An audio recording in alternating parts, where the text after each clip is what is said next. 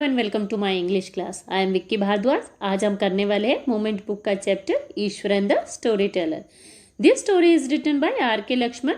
If you not like and subscribe my channel तो please subscribe कर लीजिए, क्योंकि आपके सभी ग्रामर टॉपिक्स और आपके लिटरेचर सेक्शन की वीडियोस आपको इसी चैनल में मिल जाएंगी। So please subscribe my channel. Firstly, we talk about the R.K. Lakshman. He is the author of this chapter. He was the one of the most celebrated cartoonist, illustrator and humorist. Students, he got also the Padam Vibhushan and Lifetime Achievement Award for Journalism. चलिए students, अब आपको Eswaran the story teller की story आपको बताती हूँ।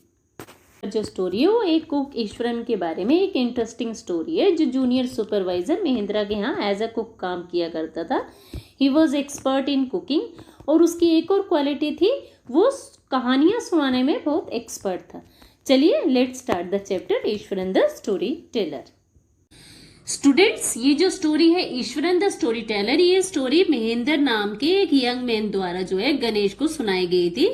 महेंद्र एक company में supervisor था जो डिफरेंट तरह के कंस्ट्रक्शन साइट्स जैसे कारखाने, ब्रिजेस, डैम्स के लिए अपनी सर्विसेज देता था। महेंद्र का काम जो था वो साइट्स में काम करने वाले लोगों की निगरानी करना होता था, और उसे हेड ऑफिस से जो भी ऑर्डर मिलते थे वह एक जगह से जो है दूसरी जगह उसे काम के लिए जाना पड़ता था।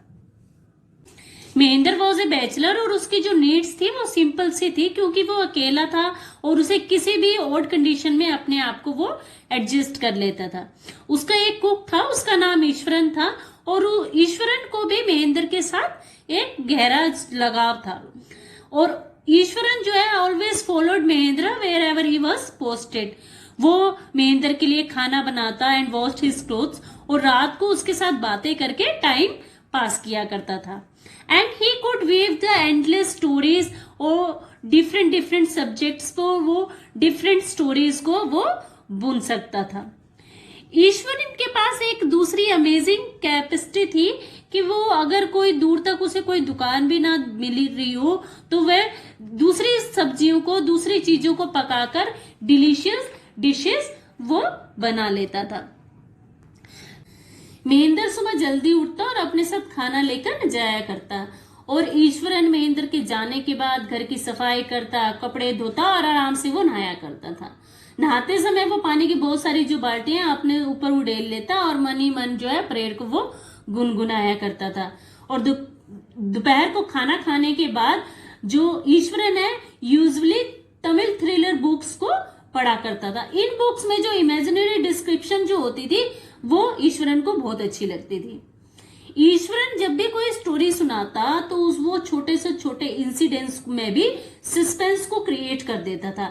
यहाँ पर ऑथर वही एग्जाम्पल देते हुए बोलता है कि जैसे अगर ये कहने की बजाय कि वह उखड़े हुए पेड़ के पास पहुंचा, तो ईश्वरन उसमें भी सस्पेंस क्रिएट कर देता था, और उसके लिए वो अपनी आईब्रोज को ऊपर चढ़ा लेता, हैंड्स हेल्ड आउट करके इन ए ड्रामेटिक वे में वो कहता कि रोड खाली था and I was all alone, and suddenly मैंने एक बड़ी सी ह्यूज जंगली जानवर की तरह एक कोई चीज जो है सड़क के आर पार लेटी देखी, तो और मेरे मन में आया कि मैं वापस मुड़ जाऊं।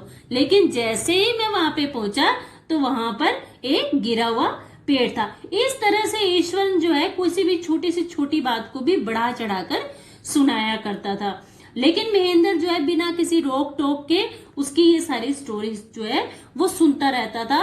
वो कभी भी उसे इन बातों के लिए मना नहीं करता था। एक बार ईश्वरन महेंद्र को बताता है कि वह जिस जगह का रहने वाला है वह जगह जो है टिम्बरवुड के लिए फेमस है, और वहां पर जो है लकड़ियों के गट्ठों को जो है एलिफेंट से जो है लोरी में डलवाया जाता है। ईश्वरन आगे बताता है कि एक दिन एक एलिफेंट जो है लकड़ियों वाले ग्राउंड से भाग गया, and he smashed all the bushes and wild creepers and break all the bushes in the jungle, and Iswaran would continue the story with excitement. और कहता है कि इस तरह जो एलिफेंट है जंगल से भागकर जो है मेन रोड पर आ गया। मेन रोड पर आकर जब लोगों ने उसे देखा तो लोग एलिफेंट को देखकर इधर उधर भागने लगे, और कुछ देर बाद जो है एलिफेंट जो है एक स्कूल के ग्राउंड में घुस गया। उसे एलिफेंट को देखकर जो है बच्चे अपनी अपनी क्लासेस में भागने लगे। कुछ बच्चों ने अपने क्लासेस के डोर्स को क्लोज कर लिया और जो मैक्सिमम बच्चे थे वो स्कूल के छत पर चढ़ गए। कहता है कि जब ये घटना घटी तो वो जूनियर क्लास में पढ़ता था और स्कूल की छत से ये सारा ड्रामा होते हुए देख रहा था।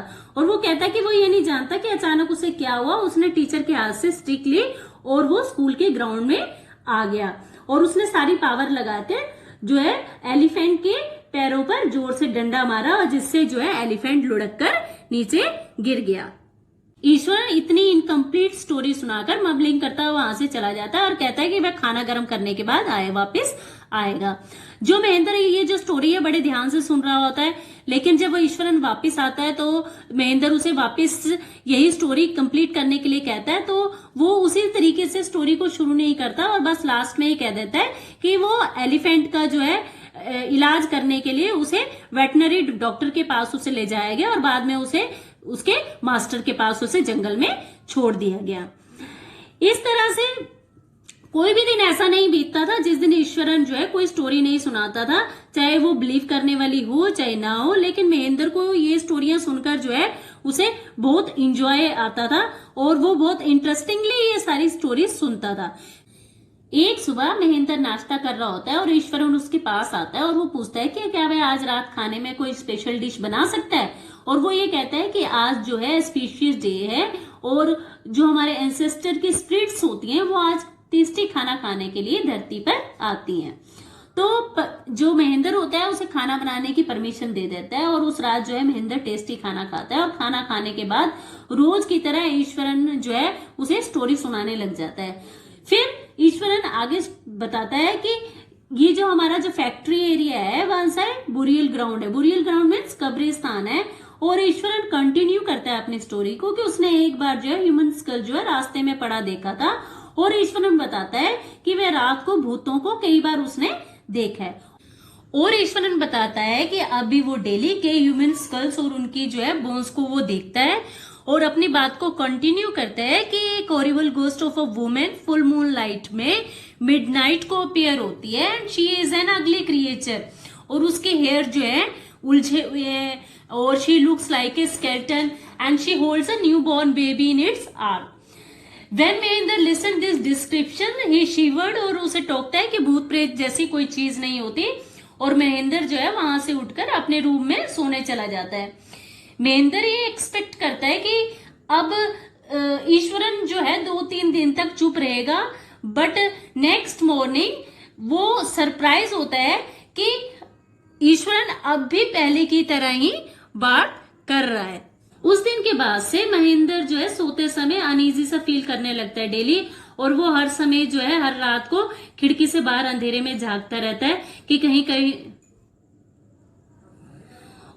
उस दिन के बाद से महेंद्र सोते समय अनईजी सा फील करने लगता है हर रात। अब वो हर रात को महेंद्र खिड़की से बाहर अंधेरे में झांकता कि कहीं उसे कहीं बाहर कोई काली छाया दिख जाए, कहीं वो काली छाया कहीं घूम तो नहीं रही, लेकिन सिर्फ उसे चमकती हुई रोशनी नजर आती।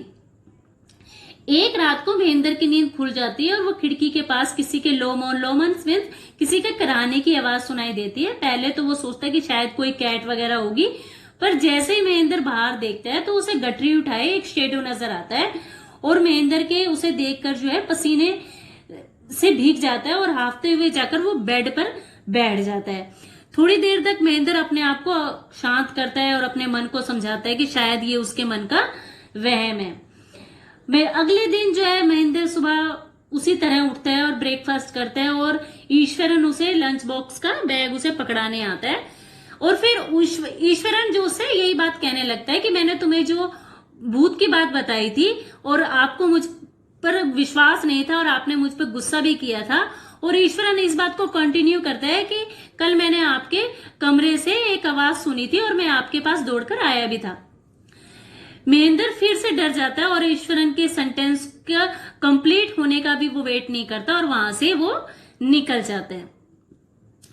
और महेंद्र अगले ही दिन जो है अपना रेजिग्नेशन लेटर के साथ उस हॉन्टेड प्लेस को छोड़ देने का डिसीजन करता है। इस तरह स्टूडेंट्स ये हमारी story Eswaran the story story teller complete होती है। Thank you students.